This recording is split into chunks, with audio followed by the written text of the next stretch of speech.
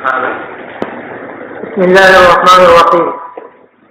باب يهوي بالتكبير حين يسجد. وقال نافع كان ابن عمر رضي الله عنهما يرفع يديه قبل ركبتيه. وبالسند المتصل منا الى الامام الهمام الحافظ الحجة امير المؤمنين في الحديث. الحمد لله رب العالمين والصلاه والسلام على رسول الله وعلى اله وصحبه اجمعين. اما بعد. يهوي بالتكبير حين يسجد. ہوا یہوی کے معنی گرنا. تو جب آدمی سجدے میں گرے تو تکبیر کہتا ہوا آواز نہیں آ رہی.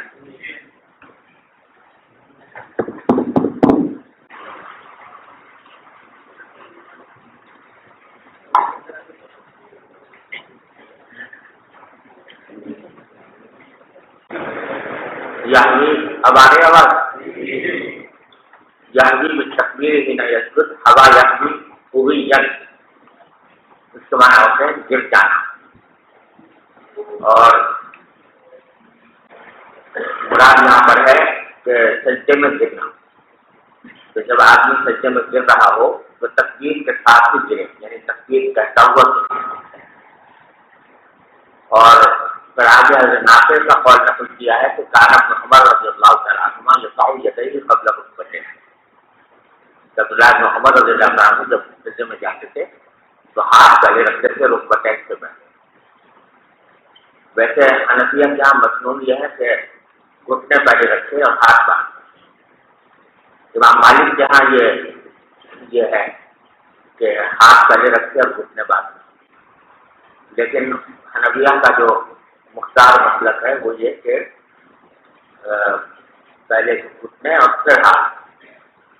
تو عبداللہ بن عمر کا جو یہ اثر ہے اس کا جواب حنفیہ کی طرف سے یہ ہے کہ عبداللہ بن عمر رضی اللہ عنہ کے ٹانگوں میں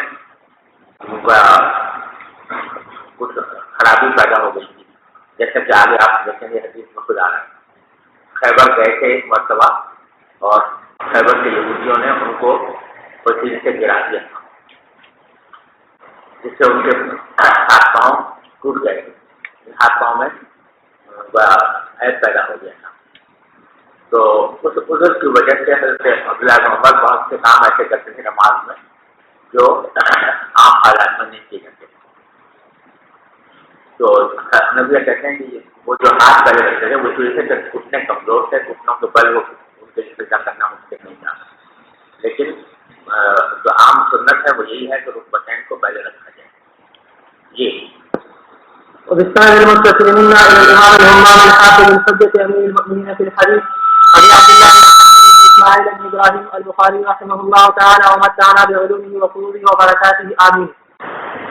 قال حدثنا ابو اليمان قال اخبرنا شعيب عن الزهري قال اخبرني ابو بكر بن عبد الرحمن بن الحارث بن هشام وابو سلمة بن عبد الرحمن ان ابا هريرة رضي الله تعالى عنهم كان يكبر في كل صلاة من المكتوبة وغيرها في رمضان وغيره, فيكبر حين يقوم ثم يكبر حين يركع ثم يقول سمع الله لمن حمده ثم يقول ربنا ولك الحمد قبل ان يسجد ثم يقول الله اكبر حين يهوي ساجدا ثم يكبر حين يرفع راسه من السجود ثم يكبر حين يسجد ثم يكبر حين يرفع راسه من السجود ثم يكبر حين يقوم من الجلوس في الاثنتين ويفعل ذلك في كل ركعة حتى يفرغ من الصلاة ثم يقول حين ينصرف والذي نفسي بيده اني لاقربكم شبها بصلاة رسول الله صلى الله عليه وسلم إن كانت هذه لصلاته حتى فارق الدنيا. قال وقال أبو هريرة رضي الله تعالى عنه وكان رسول الله صلى الله عليه وسلم حين يرفع رأسه يقول سمع الله لمن حمده ربنا ولك الحمد, يدعو لرجال فيسميهم بأسمائهم ويقول اللهم أنزل وليد بن الوليد وسلمة بن هشام وعياش بن أبي ربيعة والمستضعفين من المؤمنين اللهم اشهد وحدك على مضر واجعلها عليهم سنين كسنين يوسف وأهل المشرق يومئذ من مضر مخالفون له. یہ جو آخری حصہ ہے رسول اللہ صلی اللہ علیہ وسلم نے یقول رہا یقول, جب اپنا سر مبارک اٹھاتے تھے آپ رکوع سے تو سمع اللہ علیہ وسلم ربنا ولک الحمد فرماتے تھے. پھر اس کے بعد دعا کرتے تھے کچھ لوگوں کے لیے جو قنوت نازلہ کے وقت میں رکوع سے اٹھ کر یہ دعا فرماتے تھے.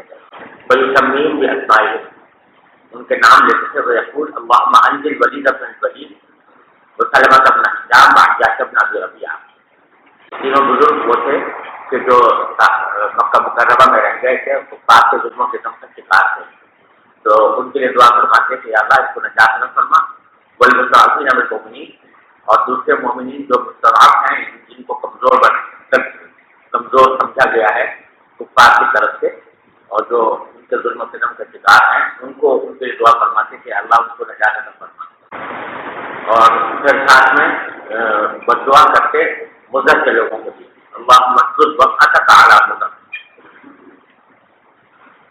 اور کے لفظی معنی ہوتے ہیں روزنا، مطلب یہ کہ آپ اپنے روزنے کی صفت کو شدید کر دیجیے مضر کے اوپر، یعنی ان کو تباہ و برباد کر دیجیے، وہ جاننا عالم سے نہیں، اور ان کے اوپر قحط مسلط کر دیجیے، جیسے یوسف، جیسے کہ یوسف علیہ السلام کے زمانے میں قحط آئے تھے، اور راوی کہہ رہے ہیں وآخر مسجد یوم مضر مخالفون لهم، مضر کے قبیلے کے جو اہل مسجد تھے وہ حضور کے مخالف تھے، اس واسطے آپ نے مجھے ہمیں ان کے بارے میں بددعا فرمائی۔ جی السند المتصل منا إلى الإمام الحافظ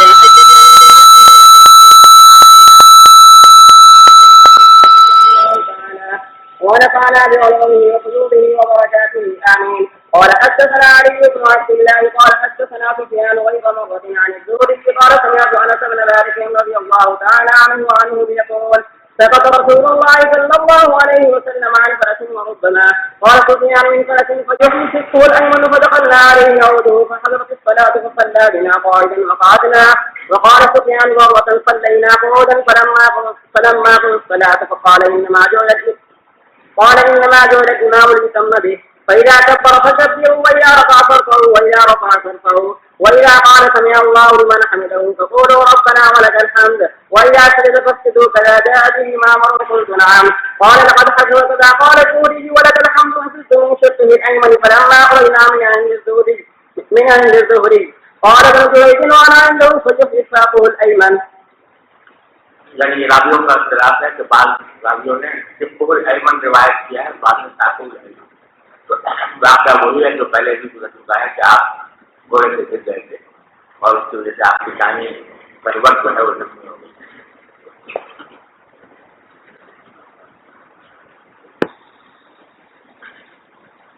اب آگے باب ہے اور اس میں حدیث طویل ہے، وہ میں ساتھ ساتھ پڑھتا بھی جاتا ہوں، ترجمہ بھی ساتھ ساتھ کرتے جائیں گے انشاءاللہ۔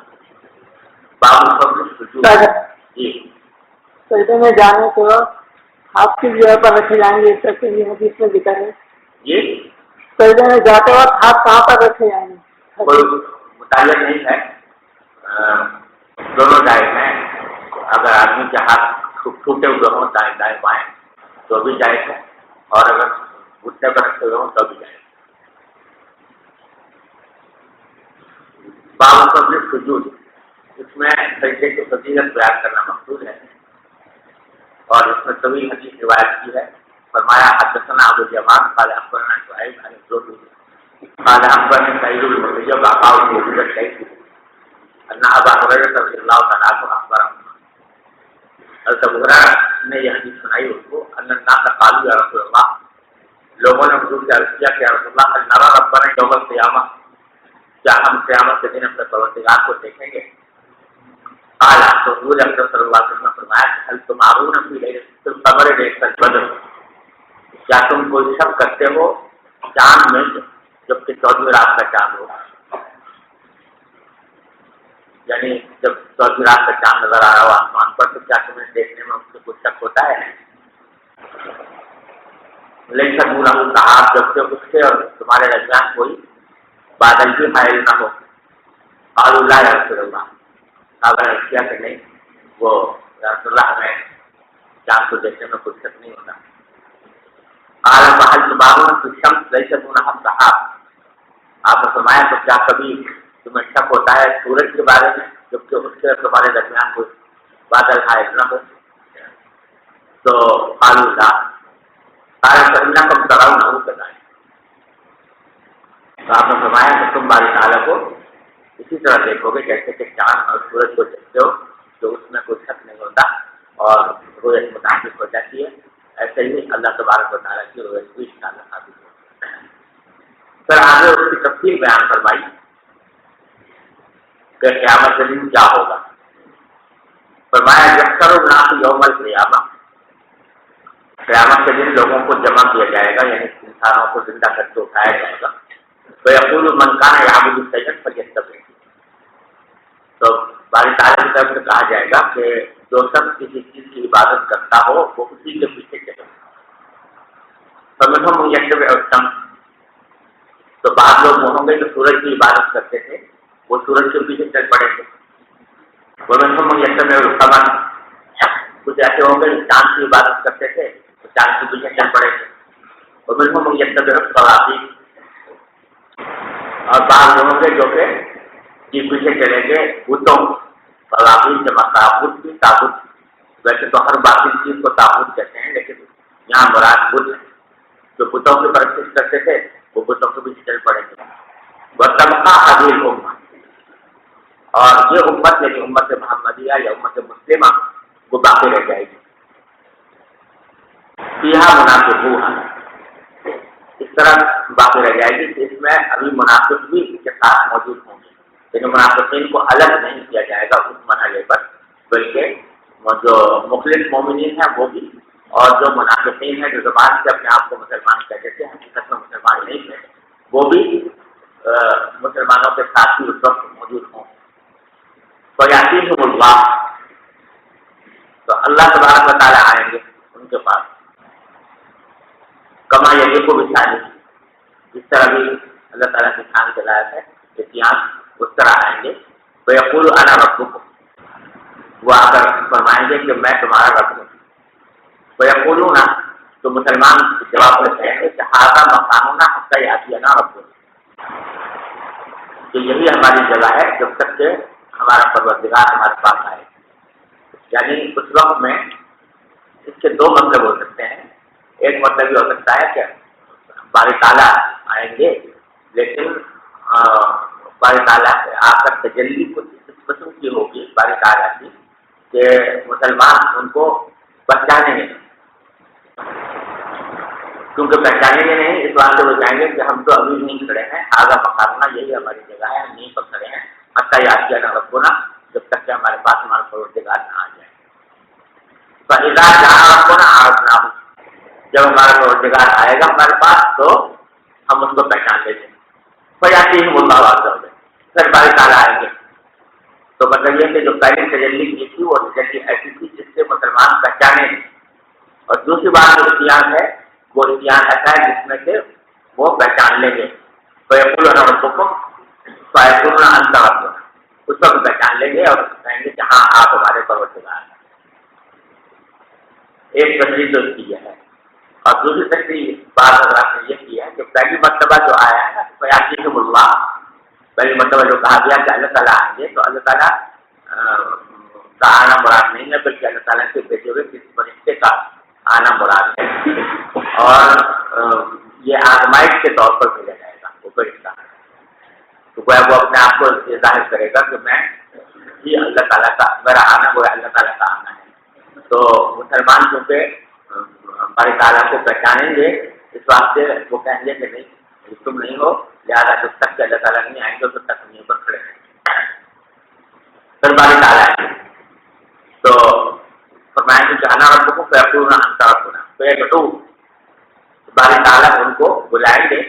وَيُضْرَبُ الصِّرَاطُ بَيْنَ الظَّهْرَانَيْ جَهَنَّمَ، اور صراط کا پل قائم کر دیا جائے گا جہنم کے وقت میں، جہنم کے درمیان، جہنم کے اوپر جو ہے وہ پل صراط قائم کر دیا جائے گا.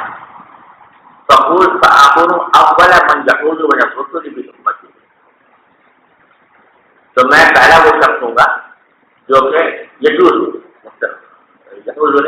ہے، زیادہ یجوز کا معنی گزرنا، تو پہلا میں وہ شخص ہوں گا جو کہ گزرے گا اس پل صراط سے. رسولوں میں پہلا رسول ہوں گا جو گزرے گا کہ امتی اپنی امت کے ساتھ، سمجھے نا. ولا يتكلم يومئذ احد الا الرسل، اور اس دن کوئی شخص بات نہیں کر رہا ہوگا سوائے رسولوں کے. وكلام الرسل يومئذ اللهم صل وسلم، اور جو رسول جو بات کر رہے ہوں گے وہ بھی بس یہ دعا کر رہے ہوں گے کہ اللہم وسلم کر لیں، اللہ ہمیں سلامت رکھیے، سلامت رکھیے۔ وفی جہنم کلالی، اور جہنم کے اندر آنکڑے ہوں گے۔ کلالی کے معنی کلوب کی جمع ہے، کلوب آنکڑے کو کہتے ہیں، یعنی ایسا وہ لوہا لمبا سا ہوتا ہے جس کے آخر میں جا کر خم ہوتا ہے، جس سے کوئی چیز پکڑ کر اٹھاتے ہیں، اس کو اردو میں آنکڑا کہتے ہیں اور عربی میں کلو۔ تو وہ جہنم میں آنکڑے ہوں گے مثلو شوق سادہ، اور وہ ان کی صورت جو ہے وہ سادان کے کانٹوں جیسی ہوگی۔ سادان ایک گھاس کا نام ہے اور اس کے اندر کانٹے بھی ہوتے ہیں، اور کانٹے میں مڑے ہوئے ہوتے ہیں، تو جیسے سادان کے کانٹے ہوتے ہیں مڑے ہوئے، اس طرح سے آنکڑے لگے ہوں گے جہنم میں۔ پھر آپ نے پوچھا حلوائی تم چوکٹ سادان سادہ کو پوچھا کہ کیا تم نے سادان کے کانٹے دیکھے ہیں؟ آلو نام اعلیٰ کرنا مثل چوکٹ سادان، تو آپ فرمائیں گے کہ وہ جو آنکڑے ہیں جہنم سے وہ سادان کے کانٹوں کی طرح ہوں گے۔ غیر انہ لا یعلم قدر عظمها الا اللہ، البتہ اس کی بڑائی کی مقدار کو اللہ کے سوا کوئی نہیں جانتا۔ یعنی شکل تو ان کی سادان کی کانٹوں جیسی ہے، لیکن سادان کے کانٹے چھوٹے ہوتے ہیں، اور وہ جو جہنم کے اندر آنکڑے ہوں گے وہ اتنے بڑے ہوں گے کہ جس کی مقدار اللہ کے سوا کوئی نہیں جانتا۔ یہ آنکڑے کیا کریں گے؟ تخصیف الناس باعمالہم، کہ یہ اچک لیں گے لوگوں کو اپنے اعمال کی وجہ سے، یعنی وہ لوگ جو صراط پر سے گزر رہے ہوں گے تو ان کو جہنم سے آنکڑے آ کر اچک کر لے جائیں گے ان کے اعمال کی وجہ سے۔ فمنہم من یوبق بعملہ، تو لوگوں میں سے بعض وہ ہوں گے جو ہلاک کر دیے جائیں گے اپنے عمل کی وجہ سے۔ اوبق الجنب جو معنی ہے ہلاک کر دینا، اور یہاں پر ہلاک کر دینے سے مراد یہ نہیں ہے کہ ان کو موت آ جائے گی، بلکہ مطلب یہ کہ بس وہ ہمیشہ کے لیے جہنم میں چلے جائیں گے، تو یہی ان کی ہلاکت ہے۔ تو ان کو ہلاک کر دیا جائے گا ان کے عمل کی وجہ سے، کیونکہ مثلا انہوں نے کفر کیا تھا زندگی میں، تو کفر کا انجام جو ہے وہ اللہ بچائے ابدی جہنم ہے، اس واسطے وہ اس میں ہلاک کر دیے جائیں گے۔ ومنہم من یخرج، اور ان میں سے بعض ایسے ہیں کہ جن کا قیمہ بنا دیا جائے گا، اللہ بچائے۔ خردل یخرج خردلۃ، اس کے معنی ہے کسی چیز کو کوٹ کر پیس کر رائی کے دانے کے برابر بنا دینا، خردل کہتے ہیں رائی کے دانے کو۔ تو مطلب اس کو کوٹا پیسا جائے گا یہاں تک کہ وہ رائی کے دانے کے جیسے کے برابر ہو جائے گا۔ ثم یجزو، شروع میں تو اس کو کوٹا پیسا جائے گا، لیکن پر بعد میں وہ نجات پا جائے گا۔ یعنی یہ وہ لوگ ہیں کہ جو ایمان تو رکھتے تھے لیکن اعمال خراب تھے، تو اعمال کے خراب ہونے کی وجہ سے ان کو جہنم میں عذاب ہوگا، اور اس کے بعد پھر اللہ تعالیٰ ان کو نجات دیں گے۔ حتیٰ اذا اراد اللہ رحمت من اراد من اہل النار، یہاں تک کہ جب اللہ تعالیٰ ارادہ فرمائیں گے رحمت کرنے کا ان لوگوں پر جو اہل نار ہے، ان میں سے جن کو اللہ تعالیٰ رحمت کا ارادہ کرنا چاہیں گے، تو امر اللہ الملائکہ، تو ملائکہ کو حکم دیں گے ان یخرجوا، کہ نکال لائیں جہنم سے من کان یعبد اللہ، اب اس شخص کو جو اللہ تبارک و تعالیٰ کی عبادت کرتا، فیخرجونہم، تو ملائکہ ان کو نکال کر لائیں گے، ویعرفونہم بآثار السجود، اور ان کو پہچانیں گے سجدے کے نشان کی وجہ سے، یعنی ان کی پیشانیوں پر سجدے کے نشان ہوں گے، تو اس سجدے کے نشان سے وہ پہچان جائیں گے کہ یہ لوگ اللہ تعالیٰ کی عبادت کرتے تھے، تو ایسے لوگوں کو جہنم سے نکال کر لے آئے۔ یہی وہ جملہ ہے جس کی وجہ سے امام بخاری کی حدیث یہاں اس باب میں لائے ہیں سجدے کی فضیلت کو بیان کرتے۔ وحرم اللہ علی النار ان تأکل اثر السجود، اور اللہ تعالیٰ نے جہنم پر یہ بات حرام کر دی ہے کہ وہ سجدے کے نشان کو کھائے، یعنی ویسے تو آگ جلا دے گی ہر چیز کو، لیکن جو سجدے کے نشان ہوگا پیشانی پر اس کو آگ نہیں کھائے۔ فیخرجون من النار، تو ان کو نکال لیا جائے گا جہنم سے۔ فکل ابن آدم تأکلہ النار الا اثر السجود، تو ابن آدم کے سارے وجود کو آگ کھائے گی سوائے سجدے سے نشان کے. فَيُخْرَجُونَ مِنَ النَّارِ تو ان کو جہنم سے نکالا جائے گا قبیل کا حجی اور اس کو تجھو اس حالت میں کہ وہ جل بھن چکے ہوں. امتحاشا یمتحشو اور مجبور بھی استعمال ہوتا ہے, معروف بھی اس کا معنی ہے جل کر کوئلہ ہو جانا, جب جل کر بالکل جل کر بھن جانا. وہ اس حالت میں نکالے جائیں گے کہ وہ جل چکے ہوں گے.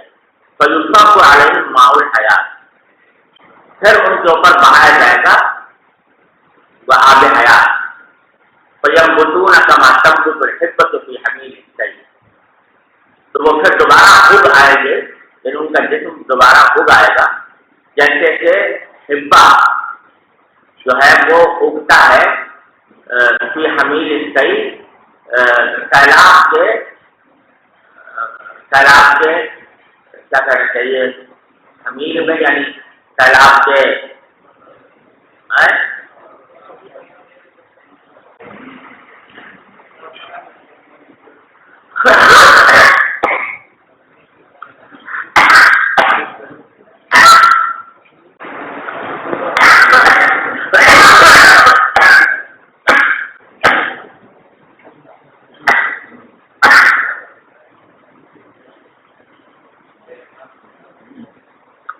حمیل السیل اصل میں کہا جاتا ہے ان چیزوں کو جن کو کچھ سیلاب بہا کر لے آتا ہے. سیلاب جب آتا ہے تو اس میں بہت ساری چیزیں بہ کر آتی ہیں نا, جن کو سیلاب اٹھا کر لاتا ہے, جیسے کوئی کپڑے ہیں یا کاغذ ہیں یا ٹہنیاں ہیں درخت وغیرہ, وہ سارا کچھ جو ہے وہ حمیل کا ہے. تو جس طرح سیلاب کے حمیل میں حبہ کہتے ہیں ایسا دانا کہ جو سیلاب کے ساتھ آ گیا ہو مگر اس کے ساتھ اگنے کی صلاحیت ہو. تو اب اگر سیلاب کے ساتھ کچھ دانے اس طرح بہ کر آ گئے ہیں تو کسی جگہ وہ دانا جب رک جائے گا تو اسی میں سے اوپر ٹوٹ پڑے گی اور پودا بن جائے گا. جو مطلب ہے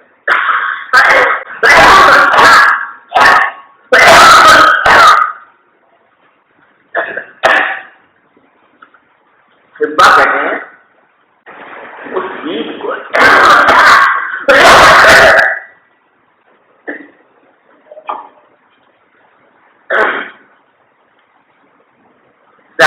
جنگلی بیج پڑے ہوتے ہیں نا زمین کے اوپر, ان کو حبہ ہے. تو جیسے جنگلی بیج جب سیلاب کے اندر بیٹھ کر آ جاتے ہیں تو وہ سیلاب کے پانی لگنے کی وجہ سے ان کے اندر نشو و نما پیدا ہو جاتی ہے اور وہ اگنے لگتے ہیں. تو جس طرح وہ بیج اگتے ہیں اس طریقے سے ان کے اوپر جب آب حیات ڈالا جائے گا تو آب حیات ڈالنے کی وجہ سے ان کے اندر نشو و نما پیدا ہوگی اور ان کے جسم کے اوپر پھر سے گوشت وغیرہ اگنے لگے گا. سمجھ گیا بھائی؟ ثم یخرج اللہ من القبائل بن العباد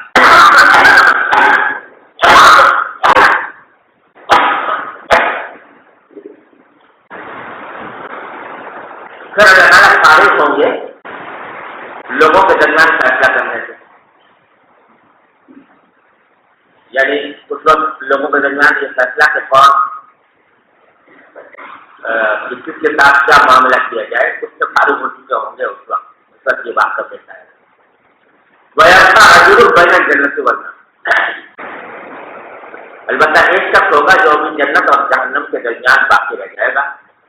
وہ آخر اہل نار دخولا الجنت, اور جو آخری شخص ہوگا اہل نار میں سے جو جنت میں داخل ہوگی.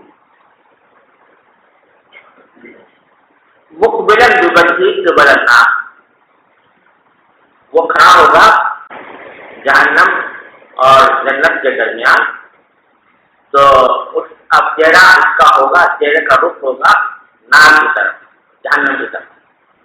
فیقول تو وہ یہ کہے گا کہ یا رب صرف وجهي عن النار, کہ پروردگار یا رب میرا چہرہ جو ہے جہنم سے پھیر دیجیے. فقد کشفني ريحها وأحرقني ذكاؤها, کیونکہ مجھے آلود کر دیا ہے اس کی ہوا نے. کشف یکشف کے معنی زہر آلود کر دینا. زہر آلود کر دیا ہے مجھ کو اس کی ہوا نے، یعنی اس کی جو مجھے ہوا آ رہی ہے جہنم کی، اس سے میرے جسم پر وہ اثر ہو رہا ہے جو زہر کا اثر ہوتا ہے. وہ احرقنی زکاؤہا، اور زکا سے مانا ہے اس کا بڑھنا اور اس کی روشنی. تو جہنم کی جو روشنی ہے یا جہنم کا اس کا جو شعلے ہے اس نے مجھے جلا ڈالا. لہٰذا دعا کرے گا کہ اللہ میرا چہرہ جہنم سے پھیر دیجیے. تو یقول تو بات کریں فرمائیں گے هل عصیت ان فعل ذلك بك ان تسأل غیر ذلك، کیا اس بات کا امکان ہے اگر تم سے یہ تمہارے ساتھ یہ معاملہ کر دیا جائے یعنی تمہارا چہرہ پھیر دیا جائے ان تسأل غیر ذلك کہ کچھ اور بھی پھر باتیں مانگو تم کو بنا باہر کر دیتا. تم کہے گا کہ نہیں آپ کی عزت کی قسم میں اور کچھ نہیں مانگوں گا، صرف میرا چہرہ پھیر دیجیے جانا. فَيُعْطِي اللَّهُ عَزَّ وَجَلَّ مَا يَشَاءُ مِنْ حَقٍ وَمِيثَاقٍ، چنانچہ وہ اللہ تعالیٰ کو دے گا جتنا چاہے گا. اگر میثاق دے گا تو میں پورا عائد کرتا ہوں اور میثاق دیتا ہوں کہ آپ نے اگر چہرہ میرا جہنم سے پھیر دیا تو اس کے بعد کچھ اور نہیں مانگوں گا.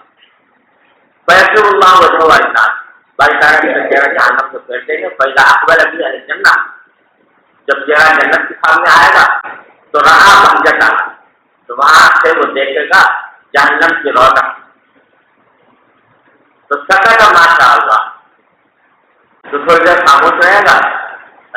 ماشاء اللہ ثم قال، پھر کہے گا یا رب قدمنی عند باب الجنہ، تو کہے گا اللہ مجھے جنت کے دروازے کے پاس آگے لے جائیے. تو یقول اللہ، اللہ تعالیٰ فرمائیں گے فیقول اللہ له الیس قد اعطیت العہود والمیثاق اللہ تسأل غیر الذی کنت تسأل، کیا تمہیں یہ آگے میثاق دے دیے تھے کہ اور کچھ نہیں مانگے گا. فیقول یا رب لا اکون اتقاک لک، تو وہ کہے گا یا رب مجھے ایسا نہ کیجیے کہ میں بن جاؤں آپ کے تمام مخلوق میں سب سے زیادہ شقی نہ بن جاؤں. یعنی اگر جنت میں داخل نہ ہوا یا دروازے تک نہ پہنچا تو میں اچھا خلق بن جاؤں گا، تو ایسا نہ کیجیے میرے ساتھ. تو یقول بازار فرمائیں گے فما عطیت ان اعطیت ذلک اللہ تسأل غیرہ، اچھا اگر تجھے جنت دروازے تک پہنچا دیا اور تیری بات مان لی تو پھر کیا اس بات کا امکان ہے کہ تو اور کچھ نہیں مانگے گا. فیقول لا بعزتک لا اسألک غیر ذلک، فیعطی ربہ ما شاء من عہد ومیثاق فیقدمہ الی باب الجنہ، اللہ تعالیٰ اس کو جنت کے دروازے کے پاس پہنچا دیں گے. فإذا بلغ بابها فرآ ذرتها وما فيها من النضرة والسرور، تو جب جنت کے دروازے پر پہنچے گا اور وہاں پر اس کی خوش نمائی دیکھے گا، ظاہر مانا خوش نمائی، وما فيها من النضرة، اور اس میں جو شادابی ہے وہ جو سرور ہے وہ دیکھے گا. فیسکت ما شاء اللہ ان یسکت، تو تھوڑی دیر تو خاموش رہے گا. پھر کہے گا فیقول یا رب ادخلنی الجنہ،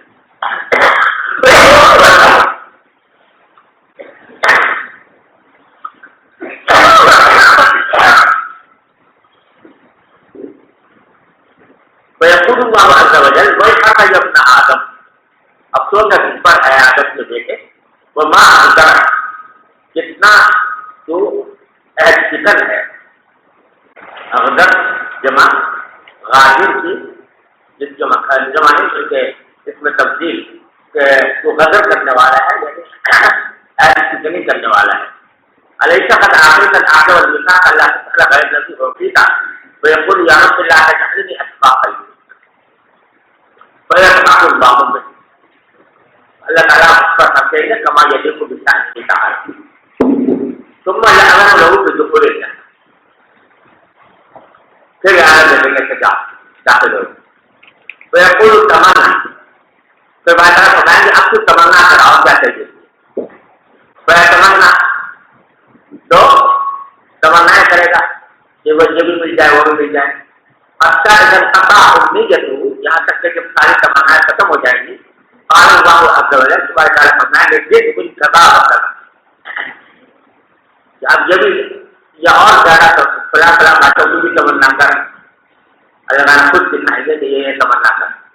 اکبر عزت جو روح رب کو، تو بارش تعالیٰ اس کو یاد دلانا شروع کریں گے کہ فلاں فلاں کام بھی مانگ لے. اکثر صاحب امانی یہاں تک کہ جب ساری آرزویں پوری ہو جائیں گی ختم ہو جائیں گی تو بارے فرمائیں گے اللہ کا غالب کا وقت جو نے مانگا وہ سب دے دیا اور اتنا ہی اور جاتا. وقال ابو سعيد الخدري لابي هريره ان رسول الله صلى الله عليه وسلم قال الله عز وجل لك غالب وعشرة امثال. حضرت ابو سعید خدری نے جب یہ حدیث ابو ہریرہ سے سنی تو انہوں نے فرمایا کہ مجھے تو یہ یاد ہے کہ یہ فرمایا اللہ تعالیٰ نے اتنا ہی اور بلکہ سے 10 گنا. قال ابو هريره لم احفظ من رسول الله صلى الله عليه وسلم الا قوله لك غالب ومثله معه. ابو ہریرہ فرماتے ہیں مجھے یہی یاد ہے کہ آپ نے فرمایا تھا اتنا ہی اور. قال ابو سعید انی سمعت یقول ذلك لك وعشرة امثال. جی چلیے آپ نے یہ جو وما اقدر کا یہاں آپ نے فرمایا یہ اسم تبدیل ہے، حالانکہ اسم تبدیل سے یہ نہیں بن سکتا، فعل تعجب بن سکتا ہے. اسم تبدیل میں تو مفضل لو اور مفضل علیہ کا ایک ہونا ٹھیک ہے. ما اقدر کا جو ہے یہ فعل تعجب اس میں تبدیل.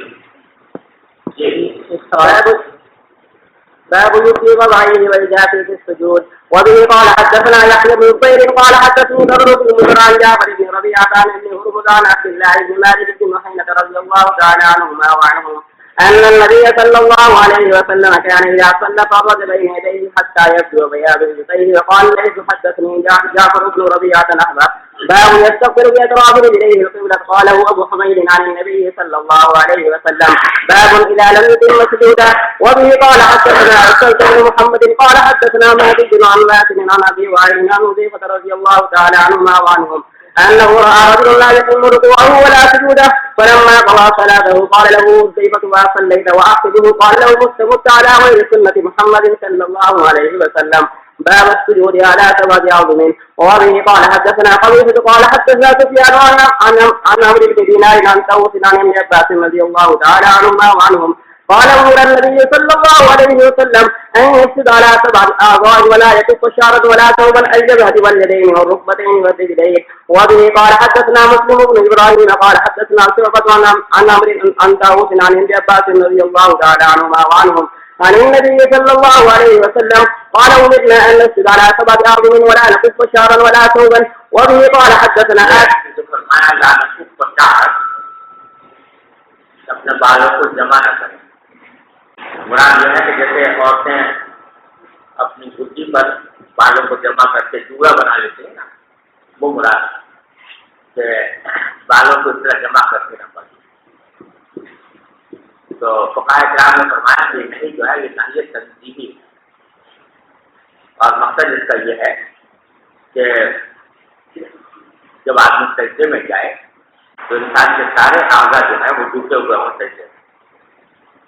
تو بال بھی وہ سجدے میں ٹوٹے. اگر نگوڑا بنا ہوا ہے تو بال کھڑے ہوئے ہوں گے اوپر کی طرف، وہ سجدے کا حصہ نہیں بنے گے. تو اس بات سے آپ نے اس کی ممانعت فرمائی، لیکن یہ ممانعت کیسی ہے؟ تنزیہی. اور اگر عورتیں جو بنا لیتی ہیں جوڑا، اگر اس کا مقصد یہ ہو کہ عورتوں کے بال لمبے ہوتے ہیں اور ان کا اندیشہ ہوتا ہے کہ اگر وہ جوڑا نہ بنائے تو بال لٹکیں گے اور لٹک کر وہ کسی وقت کھل جائیں گے نماز کے دوران، جبکہ عورت کے بال بھی عورت میں داخل ہیں. تو اس غلط سے اگر جوڑا بنا لے تو اس کو انشاءاللہ کراہت تنزیہی بھی نہیں. جی قال حدثنا آدم قال حدثنا إسرائيل عن أبي إسحاق عن عبد الله بن يزيد قال حدثنا البراء بن عازب رضي الله تعالى عنه وهو غير كذوب قال كنا نصلي خلف النبي صلى الله عليه وسلم فإذا قال سمع الله لمن حمده لم يحن أحد منا ظهره حتى يضع النبي صلى الله عليه وسلم جبهته على الأرض. بسم الله الرحمن الرحيم. باب السجود على الأنف. وبالسند المتصل منا إلى الإمام الهمام الحافظ الحجاج أمير المؤمنين في الحديث أبي عبد الله محمد بن إسماعيل الجعفي البخاري رحمه الله ومتعنا بعلومه وفيوضه وبركاته آمين.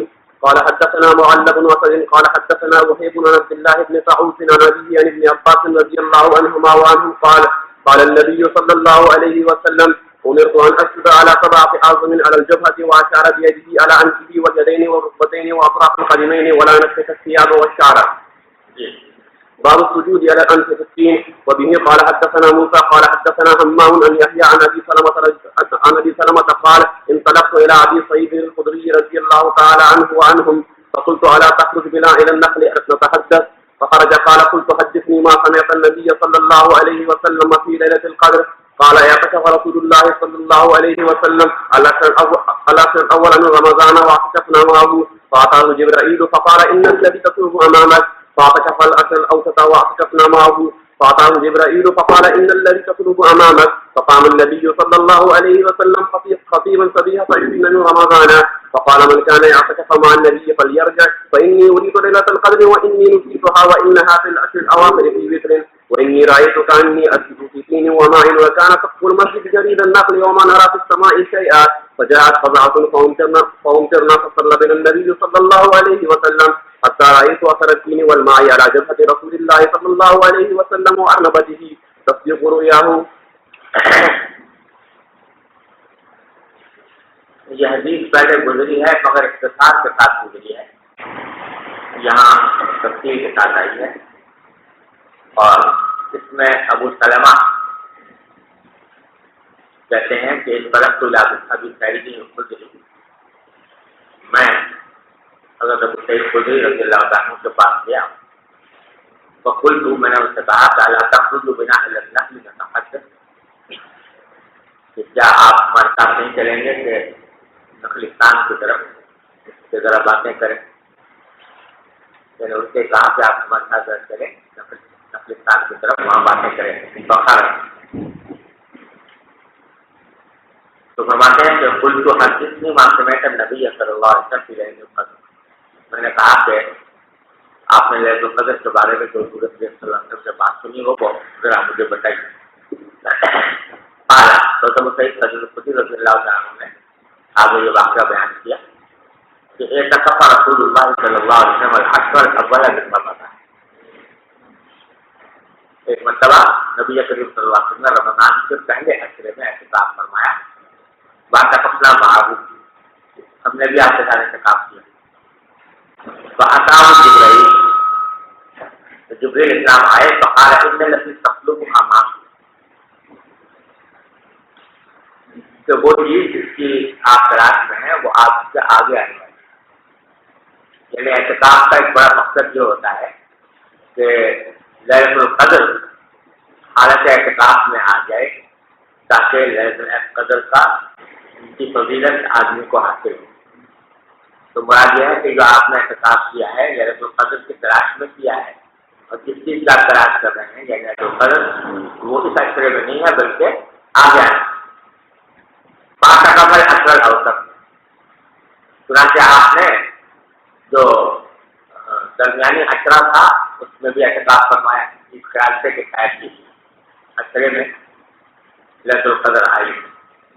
بات اپنا معبود بات جبرائیل پھر جبرائیل السلام آئے فقال ان الذي تطلب امامك.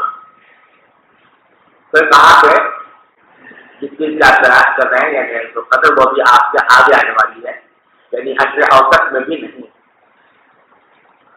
فقال النبي صلی اللہ علیہ وسلم خطیبا صبیحۃ 20 من رمضان. تو آپ نے خطبہ دیا رمضان کی 20 تاریخ کی صبح 20ویں روزے کی صبح. فقال تو آپ نے فرمایا من کان اعتکف مع النبي صلی اللہ علیہ وسلم فلیرجع. جس شخص نے میرے ساتھ اعتکاف کیا ہو وہ لوٹ آئے. فلیرجع کا مطلب یہ ہے کہ آج ویسے تو عشرہ دوسرا پورا ہو رہا ہے جس کا مطلب یہ ہونا چاہیے کہ آج کے دن آدمی لوگ اپنے گھر چلے جائیں اعتکاف ختم کر دیں.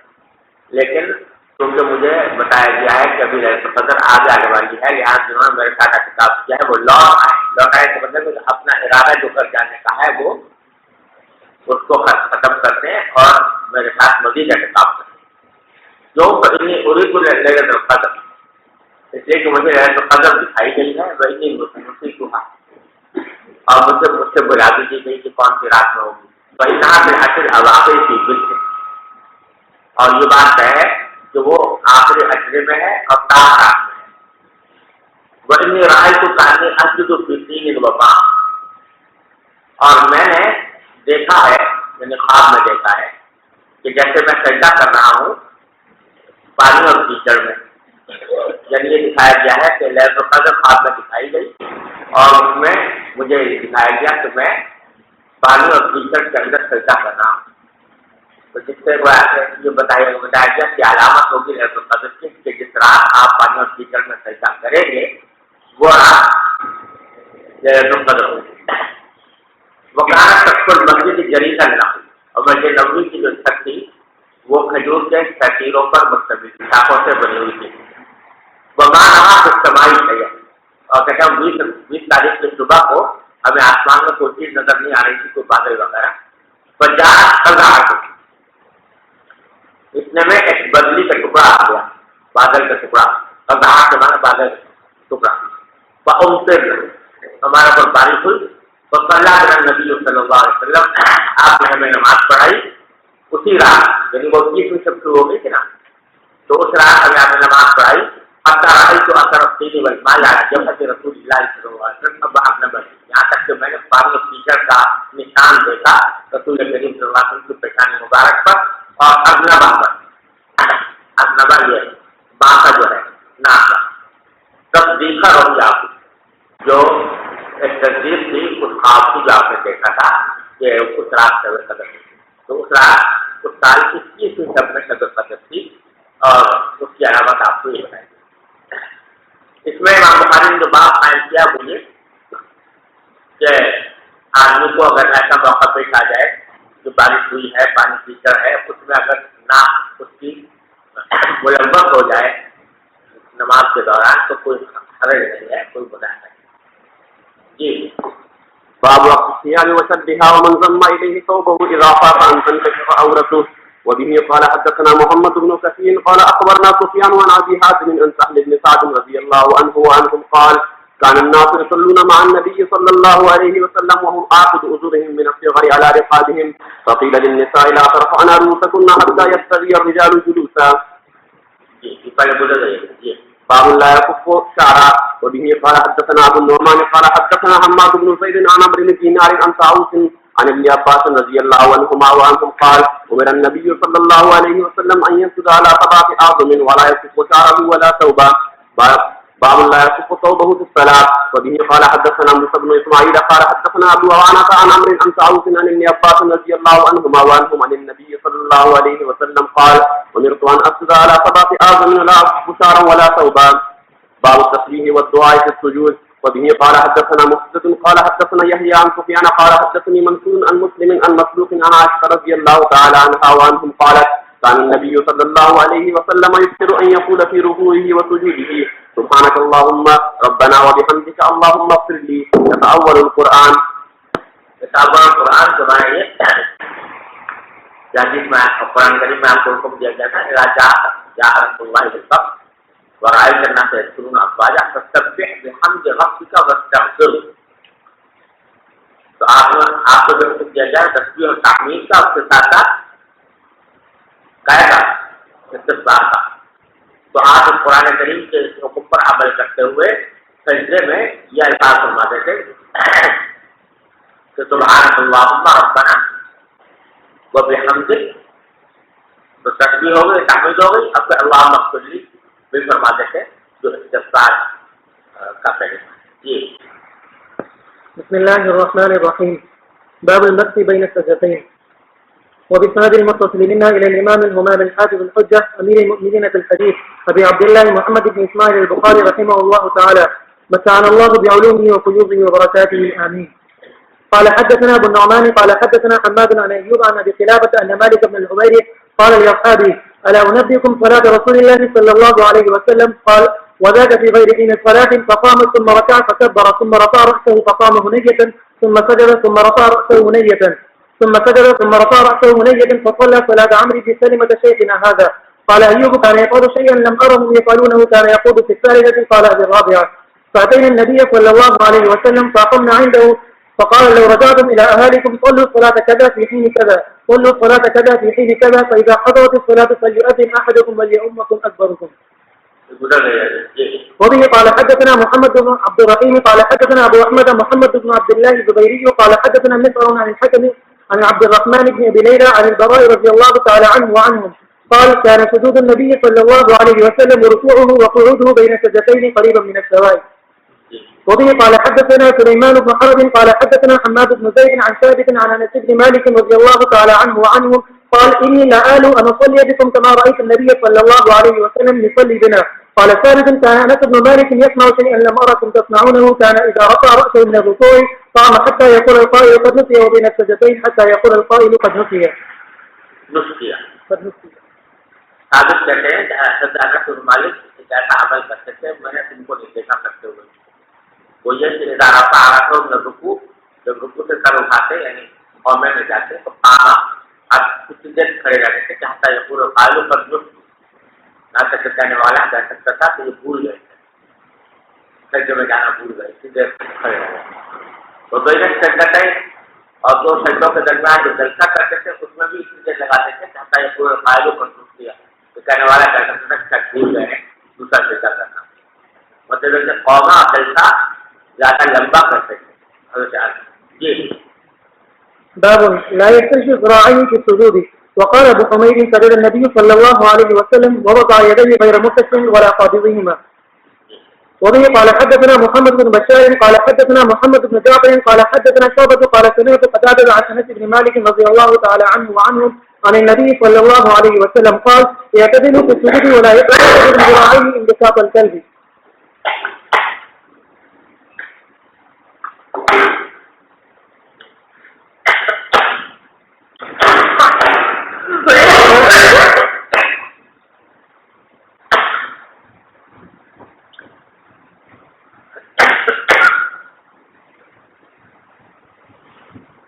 جس طرح سے ذرائع کو سمجھ جائے نا ایک طرح رکھنا کہ جس سے کونیاں بھی زمین پر ٹک جائیں بلکہ اٹھی ہو رہی ہے اٹھا ہونا چاہیے. باب من استوى قائما في ذكر من صلاته ثم نهض. وبه قال حدثنا محمد بن الصباح وبه قال حدثنا جو سیدھا ہو کر بیٹھ جائے نماز کے ساتھ رکعت میں پہلی رکعت میں اور دوسری رکعت پھر کھڑا ہو پہلے گزر چکا ہے کہ نبی کریم صلی اللہ علیہ وسلم نے کبھی کبھی بیان جواب کے لیے ایسا کیا ہے لیکن یہ ایسی عام سنت نہیں ہے جس پر آپ نے ہمیشہ عمل کیا ہو. ہمیشہ جو عمل ہے وہ سیدھے کھڑے ہونے کا ہے جیسے کہ ترمذی وغیرہ کی روایات میں. جی وبه قال حدثنا محمد بن الصباح قال اخبرنا هشيم قال اخبرنا محمد بن الحجاج عن ابي قلابه قال اخبرني مالك بن الحويرث الليثي رضي الله تعالى عنه وعنهم انه راى النبي صلى الله عليه وسلم يصلي فاذا كان في ذكر من صلاته لم يهنئ حتى يستوي قائما. كيف يعتمد على الارض اذا قام من الركعه. وبه قال حدثنا معاذ بن اسد قال حدثنا وهيب عن ايوب عن ابي قلابه قال جاءنا مالك بن الحويرث فصلى رضي الله تعالى عنه وعنهم فصلى بنا في مسجدنا هذا فقال إني لأصلي بكم وما أريد الصلاة لكني أريد أن أريكم كيف رأيت رسول الله صلى الله عليه وسلم يصلي. قال أيوب فقلت لأبي قلابة وكيف كانت صلاته. قال مثل صلاة شيخنا هذا يعني عمرو بن سلمة. قال أيوب وكان ذلك الشيخ يتم التكبير وإذا رفع رأسه عن السجدة الثانية جلس واعتمد على الأرض ثم قام. باب يكبر وهو ينهض من السجدتين وكان ابن الزبير يكبر في نهضته. وبه قال حدثنا يحيى بن يحيى بن صالح قال حدثنا فليح بن سليمان عن سعيد بن الحارث قال صلى لنا ابو سعيد فجهر بالتكبير حين رفع راسه من السجود وحين سجد وحين رفع وحين قال وقال هكذا رايت النبي صلى الله عليه وسلم.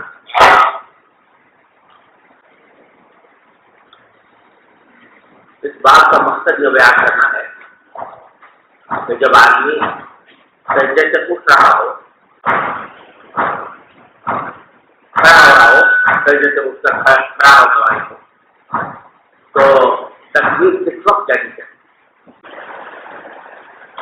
سمجھا نا.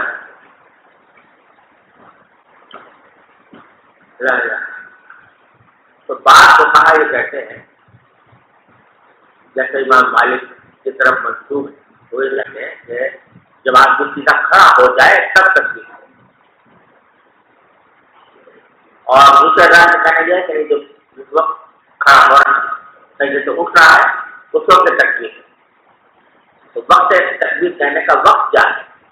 تو امام بخاری کہہ رہے ہیں کہ تکبیر کہے جب سے سجدے سے اٹھ رہا ہو، وہ یلحق رہتا ہے، اور مکانہ جو زبیر یکبر فی نہضتی، عبداللہ بن زبیر بھی اٹھتے وقت بھی تکبیر کہا کرتے تھے، لہٰذا ان حضرات کی تکبیر مقصود ہے کہ یہ کہتے ہیں کہ اٹھنے کے بعد جب سیدھا کھڑا ہو جائے تب کہے تکبیر. جی وبه قال حدثنا سليمان بن حرب قال حدثنا حماد بن زيد قال حدثنا غيلان بن جرير عن مطرف قال صليت انا وعمران بن الحسين صلاة خلف علي بن ابي طالب رضي الله تعالى عنه، فكان اذا سجد كبر واذا رفع كبر واذا نهض من الركعتين كبر، فلما سلم اخذ عمران بيده فقال لقد صلى بنا هذا صلاة محمد صلى الله عليه وسلم، او قال لقد ذكرني هذا صلاة محمد صلى الله عليه وسلم. بسم الله الرحمن الرحيم. باب سنة الجلوس في التشهد، وكانت ام الدرداء تجلس في صلاتها جلسة الرجل وكانت فصيحة. بالسند المتصل منا تشہد میں بیٹھنے کی سنت کیا ہے، سنت کا طریقہ کیا ہے؟ تو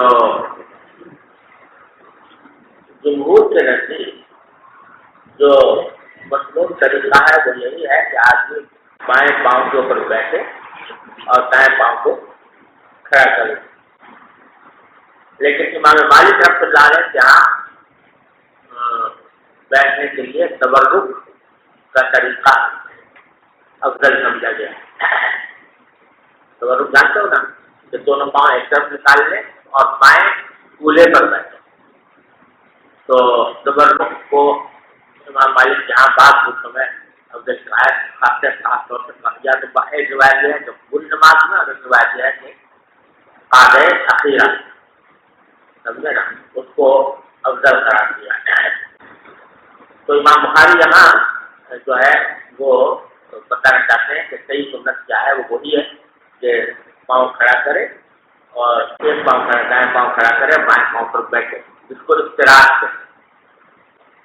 اب بیچ میں ایک اثر روایت کیا ہے کہ حضرت ام الدرداء یعنی وہ درداء کی اہلیہ رضی اللہ تعالیٰ وہ بیٹھا کرتی تھی اپنی نماز میں مرد کی حیات کی طرح، اور وہ فقیہہ تھی. اس سے بتانا یہ چاہتے ہیں کہ عورت کے بیٹھنے کا طریقہ مرد کے بیٹھنے کے طریقے کی طرح ہے، دونوں میں کوئی فرق نہیں، سمجھے نا. اور یہی امام بخاری کا مسلک ہے، لہٰذا انہوں نے مدرسہ کا یہ اثر روایت کیا. امام ابو حنیفہ رحمۃ اللہ علیہ کے نزدیک عورت کے لیے تورک کا طریقہ افضل ہے، تو وہ تورک سے بیٹھے. مرد کے لیے تو افتراض ہے، لیکن عورت کے لیے تورک ہے. اور اس کے اوپر حنفیہ کے پاس متعدد آثار ہیں صحابیات سے، صحابہ کرام سے بھی اور بعض صحابیات سے بھی. حضرت مولانا ظفر احمد صاحب عثمانی رحمۃ اللہ علیہ نے اعلاء السنن میں وہ تمام آثار روایت کیے ہیں، مصنف ابن ابی شیبہ وغیرہ سے کی حفظ والے سے. لیکن میں متعدد صحابہ کرام سے یہ بات ثابت ہے کہ عورت کے بیٹھنے کا طریقہ مرد کے بیٹھنے کے طریقے سے مختلف ہے، سمجھے نا. یہ جو غیر مقلد حضرات ہیں وہ حنفیہ پر جو اعتراضات کرتے رہتے ہیں، ان میں سے ایک اعتراض یہ بھی ہے کہ یہ عورتوں کے لیے الگ طریقہ مقرر کیا، حالانکہ بخاری میں لکھا ہوا ہے کہ ام الدرداء جو ہیں وہ اسی طرح بیٹھتی جیسے کہ مرد بیٹھے. تو ان کا مبلغ علم تو بخاری ہے نا صرف، باقی اور جو حدیثیں ہیں یا دوسرے جو آثار ہیں ان سے آنکھیں بند کی ہوئی ہیں. تو واقعہ یہ ہے کہ بہت سے صحابہ کرام سے یہ بات ثابت ہے کہ عورت کی نماز کا طریقہ مختلف ہے مرد کے مقابلے. حنفیہ نے ان آثار صحابہ سے استدلال کیا. ٹھیک ہے، ابو الدرداء رضی اللہ تعالیٰ عنہ ان کا عمل بے شک یہی تھا، لیکن ام الدرداء جو ہیں وہ دو ہیں، یعنی حضرت ابو الدرداء کی دو اہلیہ، ایک صغرا ایک کبرا. جو کبرا تھی وہ تو صحابیہ تھی، اور صغرا جو تھی وہ تابعیہ نہیں تھی، تابعیہ تھی. اور یہاں پر حافظ ابن حجر اور علامہ عینی رحمۃ اللہ علیہ نے یہ ترجیح دی ہے کہ یہاں پر جو مترجم مراد ہے وہ صغرا ہے نہ کہ کبرا. اور جب صغرا ہے تو تابعیہ، تو تابعیہ کا بے شک یہ عمل ہے، لیکن اس کے مقابلے میں نے عرض کیا کہ بہت سے صحابہ کرام سے جو آثار مرضی ہیں وہ اس کے خلاف ہیں. تو صحابہ کا قول تابعیہ کے قول کے مقابلے میں زیادہ قابل ترجیح ہے. اس واسطے ارے سمجھ جاؤ. جی یہاں حاشیہ میں علامہ عینی کے حوالے سے لکھا ہے کہ انہوں نے کہا کہ کبرا ہے. علامہ عینی کے حوالے سے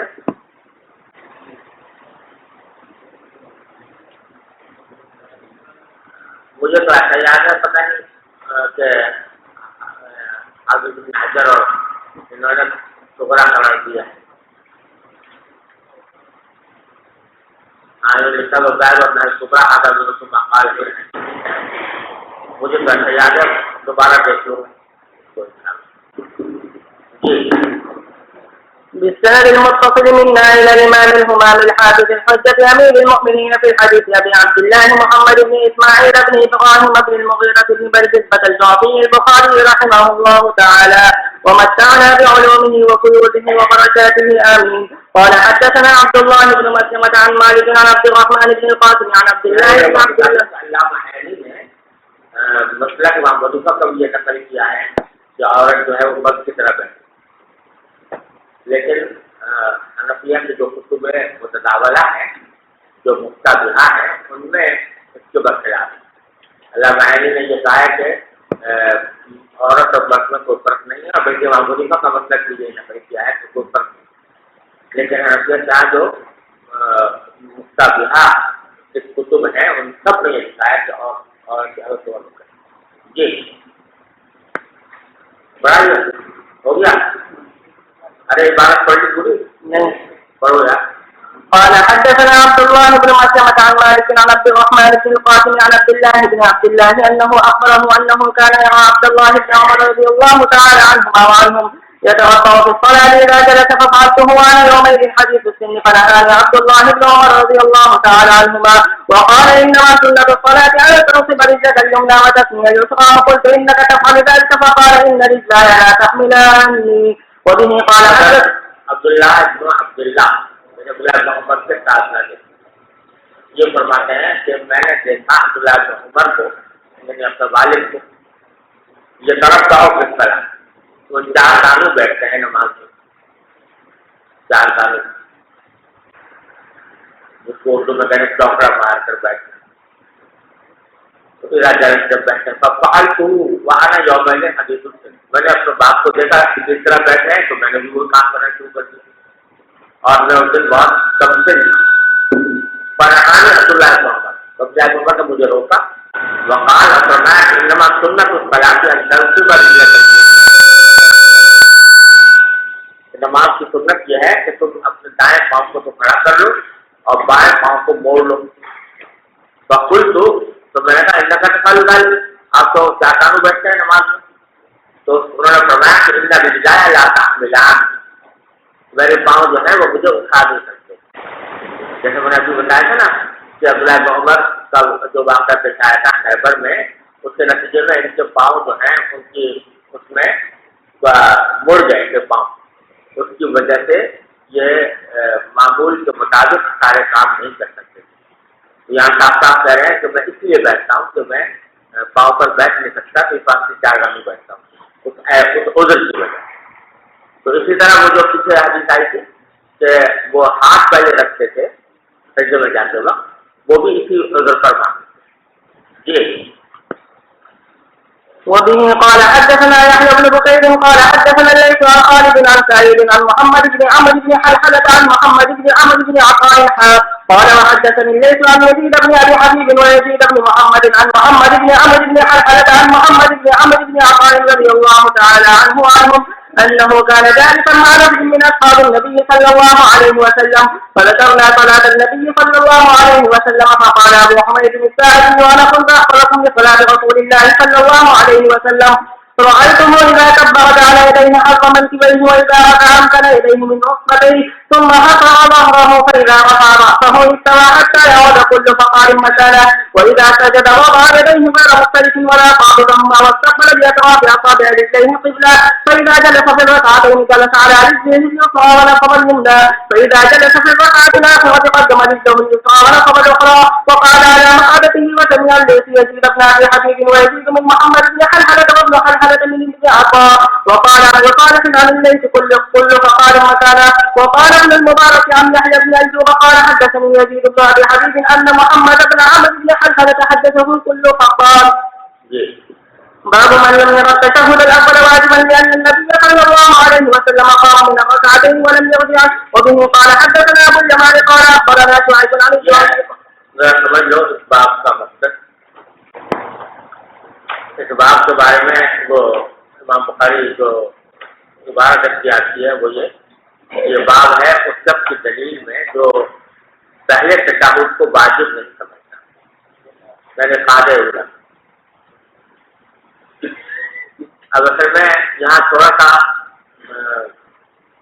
خلیجان ہے، یعنی تھوڑا سا اشتباہ ہے. حنفیہ یہاں تو فرض اور واجب دو الگ الگ چیزیں، جانتے ہو نا، فرض الگ چیز ہے، واجب الگ چیز ہے. اور واجب جو ہے منزلہ ہے بین سنت والفرض، سمجھے نا. لیکن دوسرے ائمہ کے یہاں واجب اور فرض میں کوئی خاص فرق نہیں ہوتا. تو اس لیے یہاں واجب کا جو لفظ ہے وہ حنفیہ کے اصطلاحی واجب کے معنی میں استعمال نہیں ہوتا، کیونکہ ان حضرات کے یہاں وہ فرق نہیں ہے.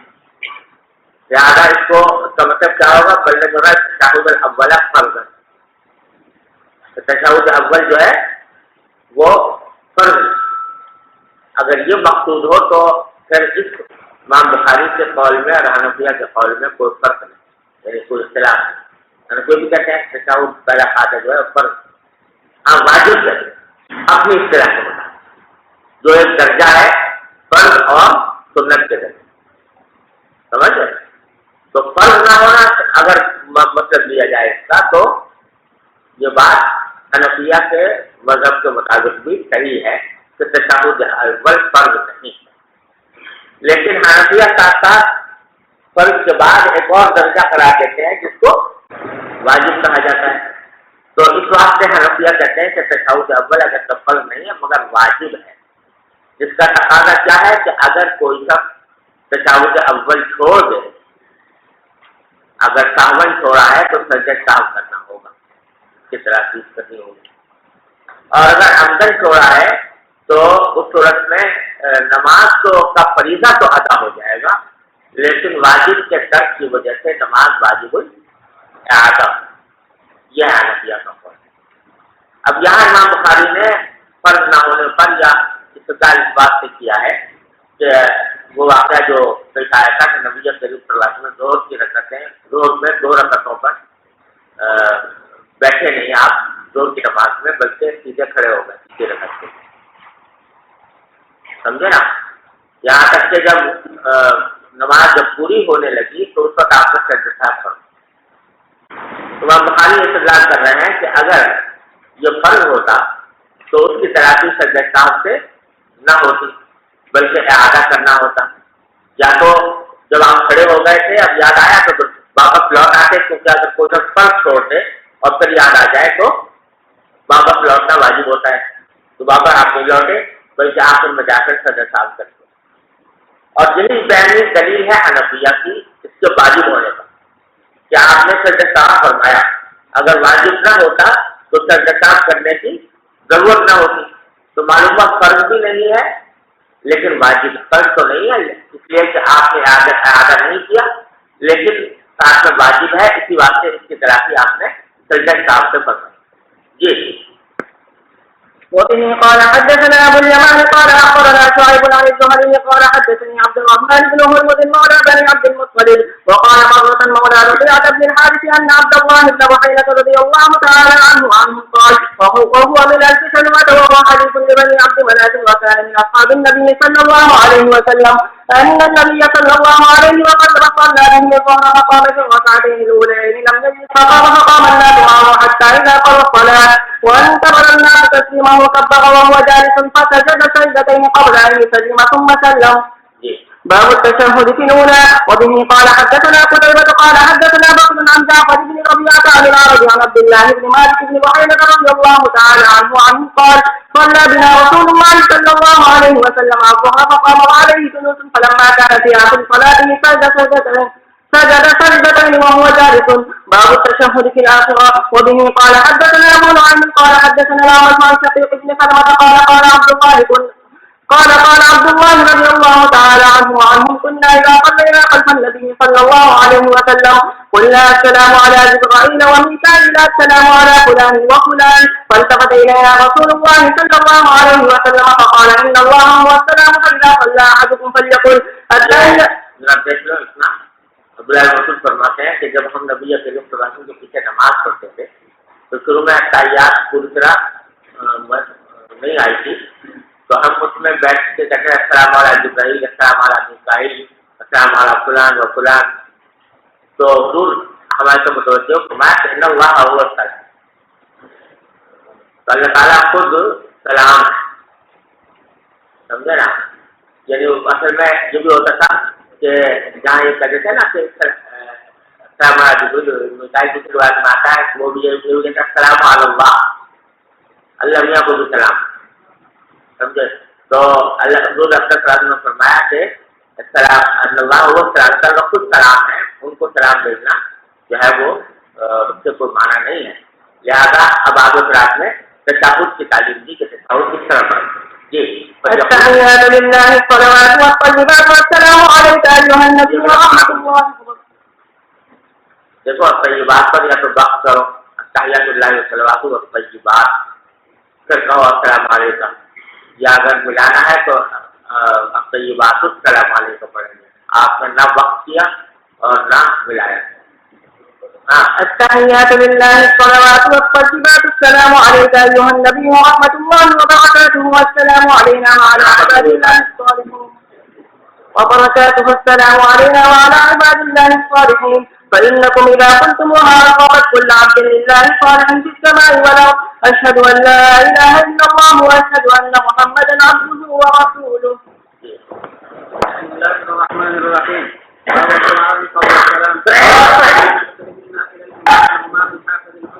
أمير المؤمنين في الحديث أبي عبد الله محمد بن إسماعيل البخاري رحمه الله تعالى ومتعنا الله برحمته. قال حدثنا أبو اليمان قال أخبرنا شعيب عن الزهري قال أخبرنا عروة بن الزبير عن عائشة رضي الله عنها وعنهم زوج النبي صلى الله عليه وسلم أخبرته أن رسول الله صلى الله عليه وسلم كان يدعو في الصلاة اللهم إني أعوذ بك من عذاب القبر وأعوذ بك من فتنة المسيح الدجال وأعوذ بك من فتنة المحيا وفتنة الممات اللهم إني أعوذ بك من المأثم والمغرم. فقال له قائل ما كرم تستعيذ من المغرم؟ فقال إن الرجل إذا غرم حدث فكذب وإذا وعد أخلف. وقال محمد بن يوسف رسول کریم صلی اللہ علیہ وسلم نے کی ہے نماز کے قرآن نماز سے تشہد کے بعد درود کے بعد تو کوئی دعا مقرر نہیں ہے بلکہ تمام دعائیں جو بھی دعا پڑھنے کی توفیق کرنے کی توفیق ہو جائے کی جا سکتی ہے. لیکن حضور اکرم صلی اللہ علیہ وسلم اس موقع پر مختلف دعائیں ثابت ہیں. ان میں سے ایک اللہم انی اعوذ بک من عذاب القبر واعوذ بک من فتنة الدجال واعوذ بک من فتنة المحیا وفتنة الممات. اور پھر اللہم انی اعوذ بک من المأثم والمغرم. مأثم گناہ اور مغرم قرضدار ہو جانا. تو کسی نے کہا کہ ماں اکثر ما تستعیذ من المغرم کتنا زیادہ آپ استعاذہ فرماتے ہیں پناہ مانگتے ہیں قرضے سے. تو آپ نے وجہ بیان فرمائی کہ ان الرجل اذا غرم حدث فقد. جب آدمی مدیون ہو جاتا ہے کسی کا مقروض ہو جاتا ہے تو پھر سال مطور کرنے کی فکر ہوتی ہے. جب ادائیگی کا موقع نہیں ہوتا تو کبھی بات کرے گا تو جھوٹ بولے گا میرا وعدہ کرے گا تو خلاف ورزی کرے گا کیونکہ بعض اوقات وعدہ کر لیتا ہے تو بلا وقت قرضہ دے گا لیکن پھر نہیں دیتا، تو یہ ساری خرابیاں پیدا ہوتی ہیں گائے سے قرض، لہٰذا میں قرض سے پناہ۔ اور جیسا میں نے کیا کہ کوئی دعا متعین نہیں ہے، تمام قرآنی دعائیں کی جا سکتی ہیں اور تمام جو ہے حدیث میں آنے والی دعائیں کی جا سکتی ہیں، اور ایک دعا کے اوپر اکتفا بھی ضروری نہیں ہے کہ یہ دعائیں جب تک کوئی آدمی چاہے کر سکتا ہے۔ البتہ نماز جب امام ہو تو امام کو چاہیے کہ مختصر دعا۔ جی وقال محمد بن يوسف سمعت خلف بن عامر يقول في المسيح والمسيح ليس بينهما فرق وهما واحد۔ سمجھ لو، یہ اصل میں مسیح کا جو لفظ ہے ایک طرف تو حضرت عیسیٰ علیہ السلام کے لیے بولے جاتا ہے اور دوسری طرف دجال کے لیے بھی بولا جاتا ہے، مسیح الدجال۔ تو بعض لوگ یہ کہتے تھے، ذرا سمجھ لو، بعض لوگ یہ کہتے تھے کہ دونوں کے لیے ایک لفظ استعمال کرنا مناسب نہیں ہے کیونکہ اس سے اشتباہ لازم ہے۔ حضرت عیسیٰ صاحب کے لیے بھی آپ مسیح کا استعمال کریں اور دجال کے لیے بھی کریں تو بڑا اشتباہ ہو سکتا ہے۔ اس بات سے بعضوں کا جیسے کہ المسیح کہا جائے حضرت عیسیٰ علیہ السلام اور مسیح کہا جائے دجال، اس کو مسیح کہنے کو کیا کہنا چاہیے؟ مسیح بکسر النیم وتشدید السین۔ تو بعض لوگوں کا خیال لیتا ہے، تو اب بھی کہتے ہیں خلف ابن عامر کو میں نے کہتے سنا کہ المسیح والمسیح لیسا بینہما فرق، کہ ایسے اس تکلف کی ضرورت نہیں ہے، مسیح اور مسیح میں کوئی فرق نہیں ہے، یعنی تلفظ میں کوئی فرق نہیں ہے، وہما واحد، اور دونوں کے لیے ایک ہی لفظ استعمال ہوتا ہے، احدہما عیسیٰ علیہ السلام اور آخر الدجال۔ فرق یہ ہے کہ جب حضرت عیسیٰ علیہ السلام کے لیے استعمال ہوگا مسیح تو معنی اس سے یہ ہوں گے کہ عیسیٰ علیہ السلام کو اللہ تعالیٰ نے یہ معجزہ عطا فرمایا تھا کہ آپ جس چیز پر مسح فرما دیتے تھے، جس چیز کو ہاتھ لگا دیتے تھے اس کو شفا ہو جاتی، بیماروں کو شفا ہو جاتی تھی آپ کے ہاتھ لگانے سے۔ اللہ تعالیٰ نے یہ معجزہ ان کو عطا فرمایا، اس لیے ان کو مسیح کہا جاتا ہے۔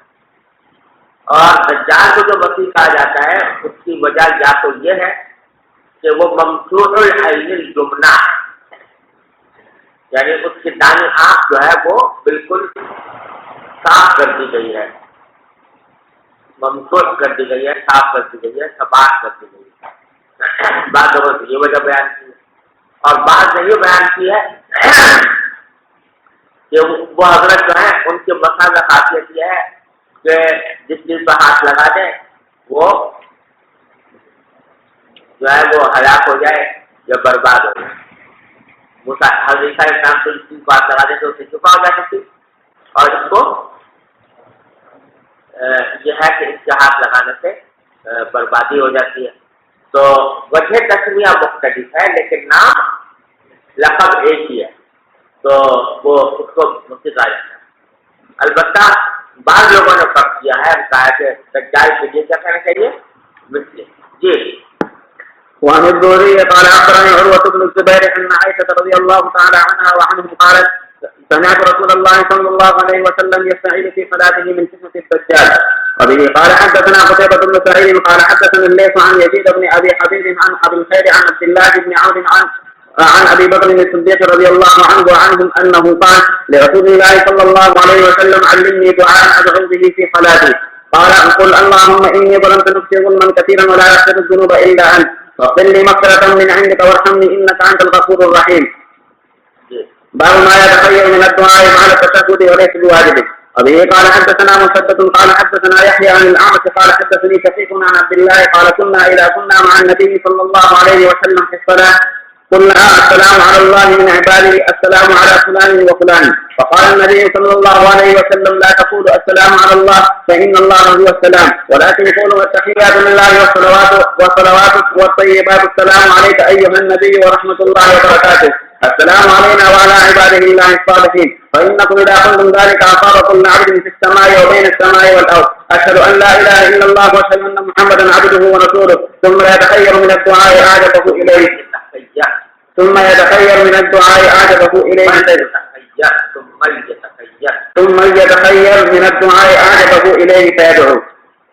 یہاں یہ بھی رکھنا کہ یہ جو تحیات کے اندر عام طور سے بات بیان کی جاتی ہے کہ جب نبی کریم صلی اللہ علیہ وسلم معراج سے تشریف لے گئے تھے تو اس وقت آپ نے اللہ تعالیٰ سے یہ تحیات اللہ و صلوات و طیبات، اس کے جواب میں اللہ تعالیٰ نے فرمایا تھا السلام علیکم ایھا النبی ورحمۃ اللہ وبرکاتہ.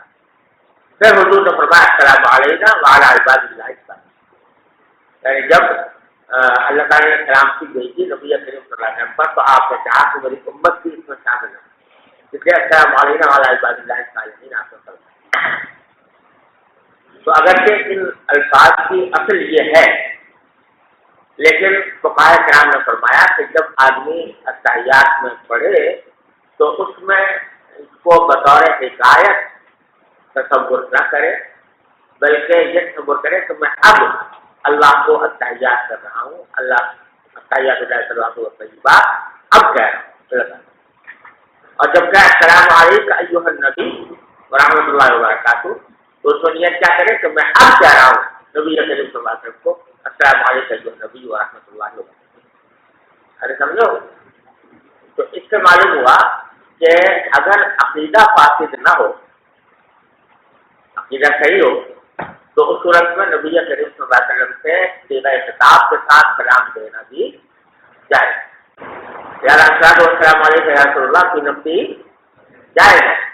جو منع کیا جاتا ہے آج کل وہ اس وجہ سے کہ اس کے ساتھ ایک عقیدہ فاسدہ لگ گیا ہے. وہ کیا؟ حاضر و ناظر کا، کہ اس کی وجہ سے منع کیا جاتا ہے.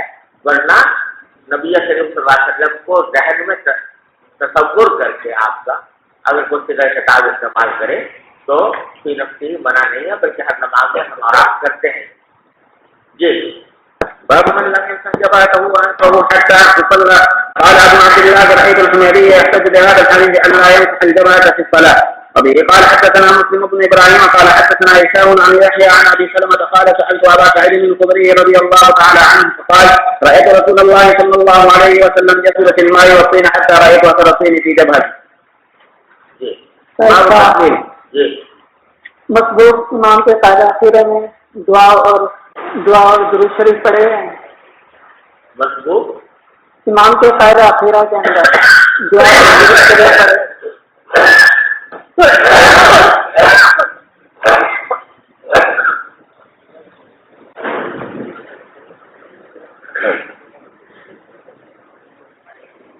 اس میں مبتدی اور حنفیہ کے آگے ہے کہ وہ تشہد پر استفا کرے گا، درود اور دعا نہیں پڑھے گا. البتہ جو مبتدی قول ہے جس کو ترجیح دی ہے فقہاء حنفیہ نے وہ یہ ہے کہ اس کو چاہیے کہ تشہد اتنا ٹھہر کر پڑھے کہ امام کے خلاف پھیرنے تک وہ تشہد سے آگے بڑھے. لیکن اگر امام سے پہلے وہ فارغ ہو گیا تشہد پڑھ کر تو تینوں قول ہیں. ایک قول حنفیہ کیا یہ ہے کہ وہ جاری رکھے درود شریف اور دعا، اور ایک قول یہ ہے کہ نہیں خاموش ہو کے بیٹھ جائے. سمجھے نا؟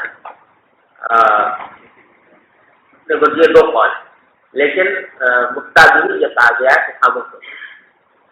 چلیے قال حدثنا موسى بن اسماعيل قال حدثنا ابراهيم بن سعد قال حدثنا الزهري عن النبي بن الحارث ان ام سلمة رضي الله تعالى عنها وعنه قالت كان رسول الله صلى الله عليه وسلم اذا سلم قام النساء حتى يقضي تسليمه ومكث يسيرا حين يقضي تسليمه ومكث يسيرا قبل ان يقوم. قال ابن شهاب فورا والله اعلم ان مقصده لكي تنسب النساء قبل ان يدركهن من انصرف من القوم. یعنی حضور اکرم صلی اللہ علیہ وسلم جب نماز پڑھاتے تھے سلام کرتے تھے تو عورتیں تو اٹھ کے چلی جاتی تھی. قام النساء حين يقضي تسليمه، جو ہی سلام پھیرا عورتیں اٹھ کے چلی گئی. ومكث يسيرا قبل ان يقوم، آپ تھوڑی دیر بیٹھتے تھے کھڑے ہونے سے پہلے، یعنی نماز ختم کرنے کے بعد تھوڑی دیر بیٹھتے تھے. قال ابن شهاب دوری کہتے ہیں فقراب اللہ عالم، میرا گمان یہ ہے اللہ عالم اللہ مقصد یہ جو آپ کو ادھر بیٹھتے تھے یہ اس لیے ہو سکتا تھا کہ کئی تن خدن نسا تاکہ عورتیں چلی جائیں قبل ان یدرکہن من الفرج اب اس سے تو ان کو وہ جانے والے مرد کو پائیں، یعنی اختلاط مرد و عورت میں لازم نہ آئے اور تو پہلے چلی جائیں پھر اس کے جائیں مرد تاکہ اختلاط جی باب يسلم حين يسلم الإمام وكان ابن عمر يستحب إذا سلم الإمام أن يسلم من خلفه. أبي قال حدثنا حبان بن موسى قال أخبرنا عبد الله قال أخبرنا معمر عن الزهري عن محمود وهو ابن الربيع عن عثمان بن مالك قال صلينا مع رسول الله صلى الله عليه وسلم فسلمنا حين سلم. بسم الله الرحمن الرحيم. باب من لم يرد السلام على الإمام اكتفى بتسليم الصلاة. وبالسند المتصل منا إلى الإمام الحمان حافظ الحجة أمير المؤمنين في الحديث أبي عبد الله محمد بن إسماعيل البخاري رحمه الله تعالى ومتعنا الله بعلومه وخلوزه وبركاته آمين. وبه قال حدثنا کیسے پڑھتا ہے یار پڑھتے پھر بھی شروع کر دیا. قال حدثنا عبدان قال أخبرنا عبد الله قال أخبرنا معمر عن الزهري قال أخبرني محمود بن ربيع وزعم أنه أخبر رسول الله صلى الله عليه وسلم. سمجھ لو حدیث تو پہلے جو گزر گئی ہے لیکن جو ترجمہ الباب ہے اس کا مطلب سمجھ لو. یہ اصل میں تردید کرنا چاہ رہے ہیں امام مالک کے قول. ہمارے یہاں جو ہے سلام کرنے کا طریقہ تو جیسا امام دو طرف سلام کرتا ہے ایسے ہی مقتدی بھی دو طرف سلام کرتا ہے. امام مالک جہاں طریقہ عجیب ہے سلام کرنے کا. ان کے یہاں یہ ہے کہ امام مالک رحمۃ اللہ علیہ کے یہاں کہ امام جو ہے وہ تو ایک سلام ان کے یہاں اس طرح امام بیٹھا ہوا ہے تشہد میں جب سلام کا ہوتا ہے السلام علیکم ورحمۃ اللہ یعنی سامنے کی طرف سلام کرے گا السلام علیکم ورحمۃ اللہ اور ہلکا سا دائیں طرف گردن امام کا طریقہ یہ ہے. اور مقتدی کا طریقہ یہ ہے کہ مقتدی تین سلام کرے گا. یعنی مقتدی جب امام نے کہا السلام علیکم ورحمۃ اللہ تو مقتدی جو ہے جو پیچھے بیٹھا ہے وہ پہلے امام کو سلام کرے گا السلام علیکم ورحمۃ اللہ وبرکاتہ امام کو سامنے پھر دائیں السلام علیکم ورحمۃ اللہ پھر بائیں. ارے سمجھو نا یہ طریقہ ہے امام مالک رحمۃ اللہ علیہ کے یہاں سلام کرنے. تو گویا مقتدی جو ہوتا ہے وہ تین سلام کرتا ہے نا تو ان میں سے پہلا سلام جو ہوتا ہے وہ دراصل امام کے سلام کا جواب ہے. امام نے کہا نا السلام علیکم ورحمۃ اللہ تو مقتدی اس کا جواب دیتے ہیں السلام علیکم ورحمۃ اللہ پہلے اور پھر دائیں بائیں سلام کرتے ہیں. تو امام بخاری کہتے ہیں اس کی تردید کرتے ہوئے کہتے ہیں باب من لم يرد السلام علی الامام. یہ بات ہے ان لوگوں کے بارے میں جو امام کے سلام کا جواب نہیں دیتے. ارے سمجھو امام کے سلام کا جواب نہیں دیتے یعنی سامنے کی طرف سلام نہیں کرتے وقت تسلیم السلام. اور نماز کے جو عام سلام ہے دائیں اور بائیں اس پر اتباع کرتے. پر آگے جو حدیث روایت کی ہے وہ اسباب جو مالک رضی اللہ عنہ والی ہے جس میں انہوں نے کہا تھا کہ آپ میرے گھر تشریف لائے آپ میرے گھر میں نماز پڑھے تو وہاں پر جو ہے کہتے ہیں کہ اس میں سب سلام سیدھا سادہ سلام مذکور ہے تو حضور نے بھی سلام کیا آپ نے بھی سلام کیا. تو جو سلام ہے سلام ہے جو معروف ہے بس وہی ہے باقی امام کے سلام سے جواب دینے کا کوئی ذکر نہیں. وبه قال حدثنا عبدان قال أخبرنا عبد الله قال أخبرنا معمر عن الزهري قال أخبرني محمود بن ربيع وزعم أنه عقل رسول الله صلى الله عليه وسلم عقل مجدا مجاعا من دليل كانت في دارهم. قال سمعت عثمان بن مالك الأنصاري ثم أخذ بني سالم قال كنت أصلي لقوم بني سالم فأتيت النبي صلى الله عليه وسلم فقلت إني أنكرت بصري وإن السيول تحول بيني وبين مسجد قومي فلوجدت أنك جئت فصليت في بيتي مكانا أتخذه مسجدا فقال قال ان شاء الله فغدا علي رسول الله صلى الله عليه وسلم وابو بكر معه بعد ما اشتد النهار فاستأذن النبي صلى الله عليه وسلم فأذنت له فلم يجلس حتى قال اين تحب ان اصلي من بيتك فاشار ان اصلي من بيتك فاشار اليه من المكان الذي احب ان يصلى فيه مقام فقام وصففنا خلفه ثم سلم وسلمنا حين سلم. باب ذکر بعد الصلاة. اگر امام کو سجدہ پر لائے تو مسبوق امام کے ساتھ سلام پھیرے گئے ہیں سجدہ صاحب بغیر سلام پھیرے اگر سلام پھیر لے تو سلام پھیرتے تو ناجائز ہے. بعض لوگوں نے کہا کہ نماز باطل ہو جائے گی لیکن صحیح نہیں ہے, ہو جائے گی. جی سوال ہے جی ماقبل میں جو سبق ابھی پڑھا اس میں اس کے متعلق سوال ہے کہ بعض دعووں میں لکھا ہوتا ہے کہ جب بندہ تحیات پڑھے اور السلام علیکم پہ پہنچے تو گمان کرے گویا کہ میں روزے کے سامنے بیٹھا ہوں اور سلام آپ کا سلام پڑھ رہا ہوں. کیا یہ گمان کرنا صحیح ہے؟ تصور کرنا جی تصور میں روزہ اقدس کا تصور کرے یا نبی کریم صلی اللہ علیہ وسلم کا براہ راست تصور کرے, دونوں تصور کرنے سے نماز میں کوئی حد نہیں آیا. یہ جو مالکیہ کا مذہب آپ نے بیان فرمایا کہ 3 سلام ہیں, تو جیسے حاشیہ پر لکھا ہوا ہے کہ وہ تسلیمہ ثالثہ بین التسلیمتین کرتے ہیں, اور آپ نے جو قول بتایا وہ تسلیم پہلا ہے اس کے بعد تسلیمہ دونوں طریقے ہیں. استاد جی ابھی جو پوچھا کہ تصور کرنا ہے تو تقویۃ الایمان میں تو لکھا ہے کہ تصور کرنا مناسب نہیں ہے. ارے بھائی وہ اور چیز لکھی ہے تقویۃ الایمان میں یا صراط المستقیم میں, اس میں جو بات صحیح ہے اس کے لفظ ہے صرف ہمت, صرف معمولی تصور کر لینا نہیں بلکہ صرف ہمت کے معنی مسلسل تصور میں رکھنا, مسلسل تصور میں رکھنا کہ اپنے آپ کو باقاعدہ اہتمام کر کے مسلسل تصور میں رکھنا, یہ ہے اس کو ہوگا. تو یہ اگر سلام کر لے تو اس کے بعد سجدہ سہو کرے گا یا کہ نہیں مسبوق کرے گا, یعنی آخر میں اپنی نماز میں جی نہیں آخر میں اگر سلام کر لیا مسبوق تو جو غلطی مسبوق امام کے پیچھے کرتا ہے, مسبوق ہو یا مقتدی کوئی بھی ہو, امام کے پیچھے جو غلطی کرتا ہے اس کے اوپر سجدہ لازم نہیں آتا. ہاں اگر جب اپنی نماز پوری کر رہا ہے اس میں کوئی غلطی کرے گا تو پھر کس سے جی باب ذکر بعد الصلاة. وفي قال حدثنا اسحاق بن نصر قال اخبرنا عبد الرزاق قال اخبرنا ابن جريح قال اخبرنا ابن جريج قال اخبرني عمرو وان معبد مولى ابن عباس اخبره ان ابن عباس رضي الله تعالى عنه وعنهم اخبره ان رفع الصوت بالذكر حين ينصرف الناس من المكتوبة كان على عهد النبي صلى الله عليه وسلم. قال ابن عباس رضي الله تعالى عنه كنت اعلم اذا انصرفوا بذلك اذا سمعته. وبه قال عبداللہ بن عباس کی روایت ہے کہ بلند آواز سے ذکر کرنا جبکہ لوگ فارغ ہوں فرض نماز سے یہ تھا حضور اکرم صلی اللہ علیہ وسلم.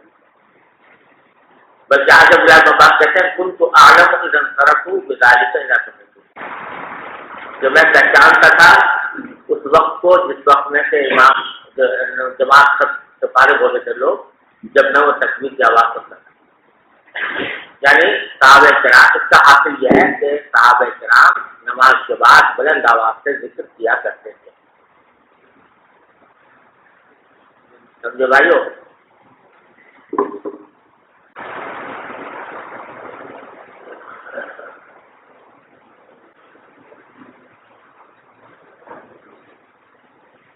تو یہ روایت ایسی ہے جو ذکر حدیث میں تنہا روایت ہے جو نماز کے بعد بلند آواز سے ذکر کا ثبوت پیش کرتی ہے. لیکن ائمہ اربعہ کے مذہب میں اور دوسرے مذاہب مطبوعہ میں اس پر عمل نہیں کیا, یعنی اس کو مستحب نہیں سمجھا گیا. اور حدیث کی توجیہ یہ کی گئی ہے کہ ابتدا میں لوگوں کو مختلف اذکار کی تعلیم کی خاطر ایسا طریقہ اختیار کیا گیا تھا کہ بلند آواز سے بھی ذکر کر لیتے تھے، لیکن بعد میں اس کے اوپر عمل نہیں ہوا۔ چنانچہ عبداللہ بن عباس کی ایک اس روایت کے سوا اور اس کا ثبوت نہیں ملتا۔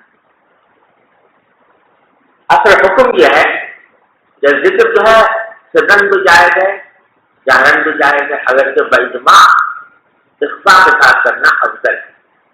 بلند آواز سے کرنا جائز ہے لیکن افضل نہیں ہے، سمجھے نا؟ اب بھی اگر کوئی شخص اگر بلند آواز سے ذکر کرے تو جائز ہے کہ نفسی، لیکن چونکہ اس میں کئی مفاسد بھی کا بھی اندیشہ ہے کہ اگر سارے لوگ بلند آواز سے کرنے لگے تو دوسرے لوگ تو نماز پڑھ رہے ہیں اس کے اندر خلل واقع ہوگا، دوسرے اس میں ریاکاری کا بھی دسیسہ پیدا ہونے کا اندیشہ ہے وغیرہ وغیرہ۔ اس واسطے اس کو اختیار نہیں کیا گیا، پسند نہیں کیا گیا۔ اور اگر کہیں اس کو ایسا معمول بنا لیا جائے جیسے کہ واجبات کا انتظام کیا جاتا ہے اس طرح کا انتظام کیا جانے لگے تو یہ بدعت ہو ہی جائے گا، سمجھے نا؟ اس واسطے ہمارے بزرگوں نے اور زیادہ تر فقہاء کرام نے جہر ذکر کو نماز کے بعد پسند نہیں کیا۔ ہاں البتہ اگر کوئی شخص کرے اور اس کو سنت نہ سمجھے اور جب لازم نہ سمجھے کبھی کر لے تو گناہ بھی نہیں کہیں گے۔ جی سوال، جی اگر مسبوق کو اپنا مسبوق ہونا یاد نہ رہا اور بھول سے سلام کہہ لیا امام کے ساتھ تو سجدہ سہو آخر میں کرے گا یا نہیں کرے گا؟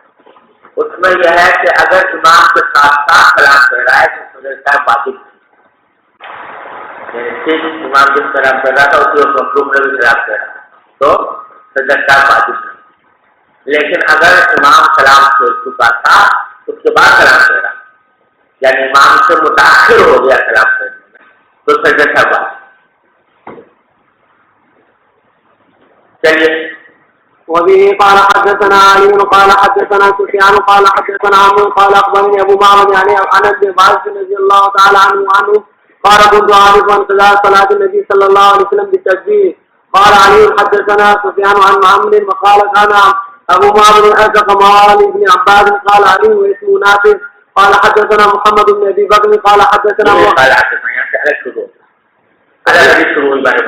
وبه قال حدثنا محمد بن ابي بكر قال حدثنا معتمر عن عبيد الله عن سمي عن ابي صالح عن ابي هريره رضي الله تعالى عنه قال جاء الفقراء الى النبي صلى الله عليه وسلم فقالوا ذهب اهل الدثور من الاموال بالدرجات العلى والنعيم المقيم يصلون كما نصلي ويصومون كما نصوم ولهم فرض من اموالهم يحجون بها ويعتمرون ويجاهدون ويتصدقون فقال الا احدثكم بما احسن به أدركم من سبقكم ولم يدركم أحد بعدكم وكنتم خير من أنتم بين ظهرانيهم إلا من عمل مثله تسبحون وتحمدون وتكبرون خلف كل صلاة 33 فاختلفنا بيننا فقال بعضنا نسبح 33 ونحمد 33 ونكبر 34 فرجعت إليه فقال تقول سبحان الله والحمد لله والله أكبر حتى يكون منهن كلهن 33۔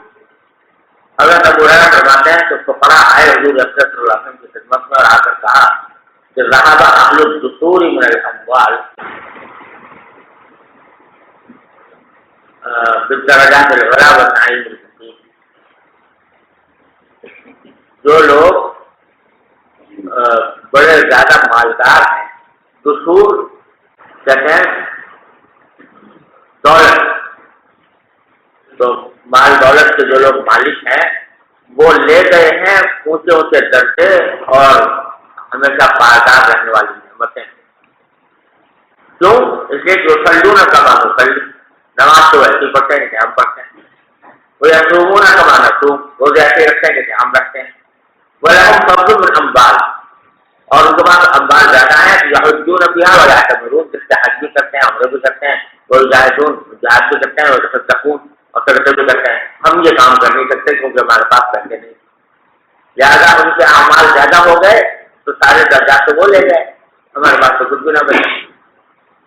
بقا فرمایا کہ الا وانبئکم بما ان اخذتم به ادرکتم من سبقکم، کیا میں تمہیں نہ بتاؤں ایسی بات کہ اگر تم اس پر عمل کر لو تو تم پکڑ لو گے ان لوگوں کو جو تم سے آگے نکل گئے، ادرکتم پہنچ جاؤ گے ان کے درجے تک جو تم سے آگے نکل گئے ہیں۔